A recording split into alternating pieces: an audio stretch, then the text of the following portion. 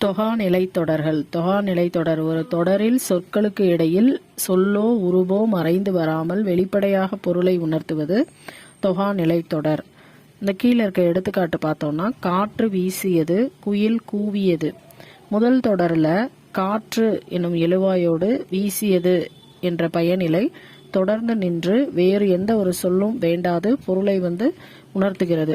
அதே போல குயில் கூவியது எடுத்துக்கிட்டோம்னா, குயில் என்ற எழுவாயோடு சேர்ந்து கூவியது என்ற பயனிலை வேறு எந்த ஒரு பொருளும் இடையில வேண்டாம் அப்படின்ட்டு பொருளை தருகின்ற. அடுத்தது தொகாநிலை தொடரினுடைய 9 வகைகள். என்னென்ன வகைகள் இருக்கு அப்படின்னா, எழுவாய் தொடர், விழித்தொடர், வினைமுற்று தொடர், பெயர் எச்சத் தொடர், வினை எச்சத் தொடர், வேற்றுமை தொடர், உரிச்சொல் தொடர், இடைச்சொல் தொடர், அடுக்கு தொடர் என 9 வகை இருக்கு. இப்போ அந்த ஒவ்வொரு வகையும் பார்த்தோம் அப்படின்னா, முதல்ல எழுவாய் தொடர்.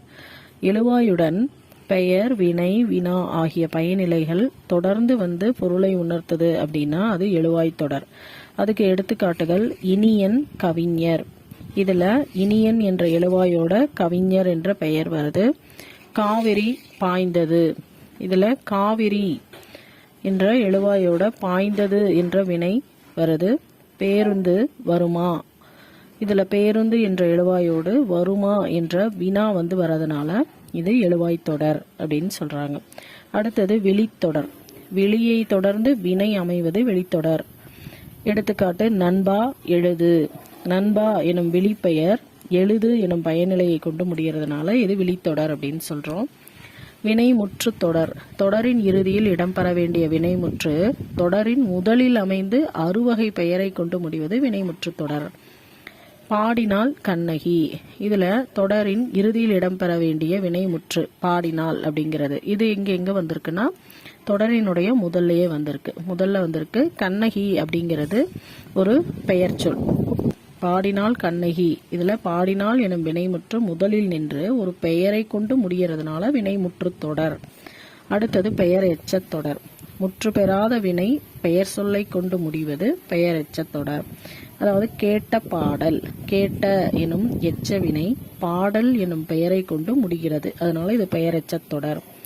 ஒவ்வொரு தொடருக்கும் ஒரு எடுத்துக்காட்டு நம்ம ஞாபகம் வச்சுக்கிட்டோம் அப்படின்னா எதுவும் நம்மளுக்கு மறக்காது, ஈஸியா இருக்கும். வினை எச்சத் தொடர். முற்று பெறாத வினை வினை சொல்லை கொண்டு முடிவது வினை எச்சத் தொடர். பெயர் சொல்லை கொண்டு முடிவது பெயர் எச்சத் தொடர். இது ரெண்டும் நம்ம கம்பேர் பண்ணி படிக்கும் பொழுது ஈஸியா இருக்கும். பாடி மகிழ்ந்தனர். பாடி மகிழ்ந்தனர் எனும் வினையை கொண்டு முடிந்துள்ளதுனால இது வினை எச்சத் தொடர். அடுத்தது வேற்றுமை தொடர். வேற்றுமை உருபுகள் வெளிப்பட அமையும் தொடர்கள் வேற்றுமை தொகாநிலை தொடர்கள் அப்படின்னு சொல்றோம். கட்டுரையை படித்தால். இத்தொடர்ல கட்டுரையை அப்படிங்கிறதுல ஐ எனும் வேற்றுமை உருவு வெளிப்படையா பொருளை உணர்த்துறதுனால இது வேற்றுமை தொடர். அன்பால் கட்டினார்.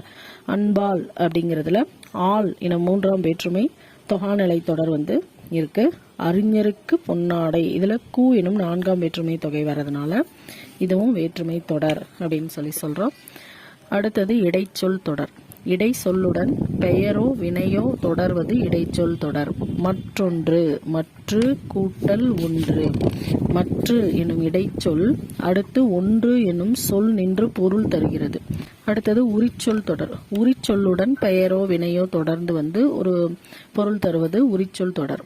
இடைச்சொல்லோடு பெயரோ வினையோ தொடர்வது இடைச்சொல் தொடர். அதே மாதிரி உரிச்சொல்லோட பெயரோ வினையோ உரிச்சொல் தொடர் அப்படின்னு சொல்றோம். உரிச்சொல் தொடர்ல சாலச் சிறந்தது. சால எனும் உரிச்சொல்லோடு அதனை தொடர்ந்து சிறந்தது எனும் பெயர் சொல் முடிகிறதுனால உரிச்சொல் தொடர் என அழைக்கப்படுகிறது. அடுத்தது அடுக்கு தொடர். ஒரு சொல் 2, 3 முறை அடுக்கி தொடர்வது அடுக்கு தொடர். வருக, வருக, வருக என ஒரே சொல் உவகையின் காரணமாக மீண்டும் மீண்டும் அடுக்கி பொருள் தருவது அடுக்கு தொடர் அப்படின்னு சொல்றோம்.